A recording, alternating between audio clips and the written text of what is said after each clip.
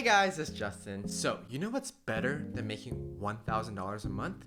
Making $3,000 or even $5,000 or even $20,000. I think anyone would agree that more money is better than less money. So, in today's video, let's talk about the 5 beginner-friendly side hustles that you can start right now with little and no cost of an investment. So, according to the IRS, most millionaires have more than one income stream. 65% of millionaires have 3 income streams, 45% of millionaires have 4 income streams, and 29% have 5 or more income streams. And upon doing my research, the different income streams are: number 1, earned income, which is like a day job where you trade time for money. And this is where everyone begins their journey of having more investments and incomes. Number 2 is business income, owning a business to sell or provide a service.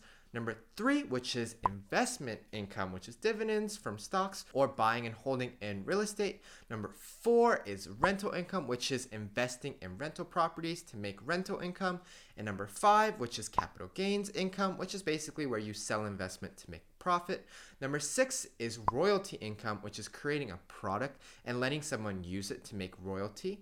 And number 7, the last one, is interest income, which comes from lending money to someone or to a bank. All of these income streams sound amazing, but for those of you who are getting started in their career, attaining all 7 is just not likely, as you don't have as much capital and it can be a stretch. So to start off, we have earned income.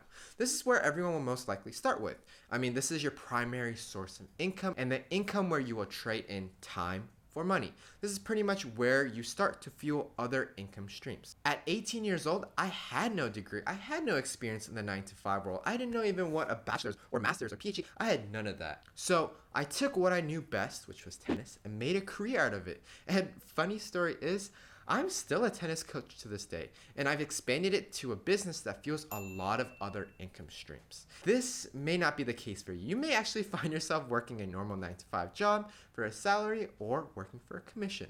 Whatever the case may be, if you haven't found yourself an earned income, this is where you have to start. It prioritizes any other income streams, as this is where you can expand to create more money for the future for yourself. So if you're struggling to find and earn income, search for jobs around the area that you can find with your skill set or requirements of what you have currently. There's at least one person in this world that's hiring, so don't give up and put your name out there so business can see that they want you. Also, just a curious thought, let me know in the comment section below what income streams you're striving to have and what you have currently. The second one that we're going to talk about is the business income. Now, once you have a earned income, it's now time to start expanding your wealth and start creating a business. Now, the purpose of a business income is to one day grow so much more than your earned income so you can quit working for a job you don't like, or you can have both and diversify your income, which is what I do, so I minimize the risk of losing all the cash flow at once. Imagine if you had an earned income and you lost your job. All your cash flow would be gone in a second. But if you had 2, if one disappeared, you at least have one that will minimize the risk of completely having no cash flow. Also, business income doesn't mean that you have to own a large corporation or anything. I think a lot of people and a lot of my friends get scared of owning a business because they say it's so risky, when in actuality, it's just something that you can sell to people or you can provide a service for anyone. So if you think of it that way, think of helping people in a sense of you're starting a business to help people, not because you want to make profit and there's a lot of risk involved. In my opinion, starting a service business is the best, as you can provide a service to someone. There's no large upfront cost to begin with. All you need is yourself and the skill that you know that other people don't. So find a passion you love or something that you're really good at and work for it. If you love buying things and making profit while you can negotiate the prices, sell it on Facebook Marketplace or on eBay. Or maybe you have an online service that you're really good at, then sell your service on Fiverr. There's so many sellers earning 6 figures just from Fiverr revenue alone. Or maybe you're a really good teacher, or you have a degree teaching elementary school or middle school or high school. You can tutor locally or tutor over Skype your family members or friends you know that maybe live out of the state, or even create an online course that you have experience in that other people may want to know. There are endless amount of business ideas out there. So just focus on what you love to do and be great at what you're doing. Don't let the money overcome your judgment on passion. Your business should be something you love to do every day without having to be forced to do it. Now that you have cash flow coming in from 2 streams of income, it's now time to talk about investment income. That's right.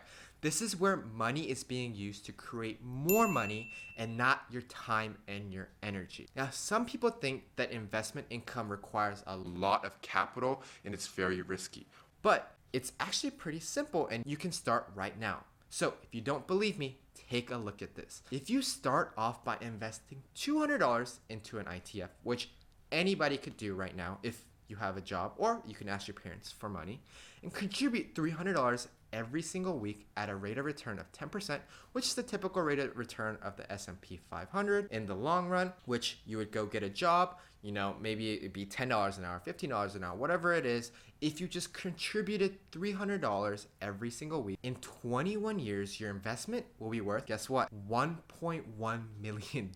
That's what compounding your investment will do for your future. You don't have to go so heavily on crazy risks that a lot of people think of investments like venture capitaling or going into foreign emerging markets.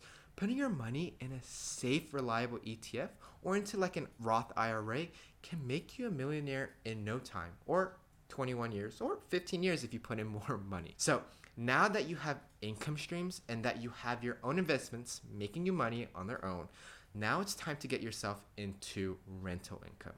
Now, in my own opinion, rental income is the most important and what everyone should be striving for, because ultimately rental income gives you the freedom to quit your earned income and make semi-passive income. Now, what if I told you anyone can have a rental income without having to put 20% down for a home?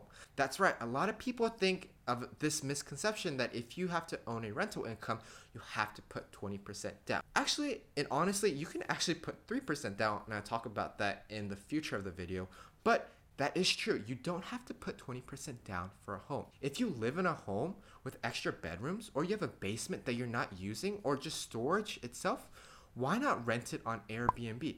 That's the fastest and easiest way that you can start making rental income without having to buy a separate home to make rental income. So I guess in terms of down payment, this is nothing as you're living in it. Now, if you don't have a home right now, maybe it's time that you maybe look into one. You can purchase a home as little as 3% down with a conventional loan and live in one part of it or one bedroom and rent out the rooms or extra storage and collect rental income. Or maybe let's say you don't want to purchase a home yet. Why don't you rent your car out on Turo?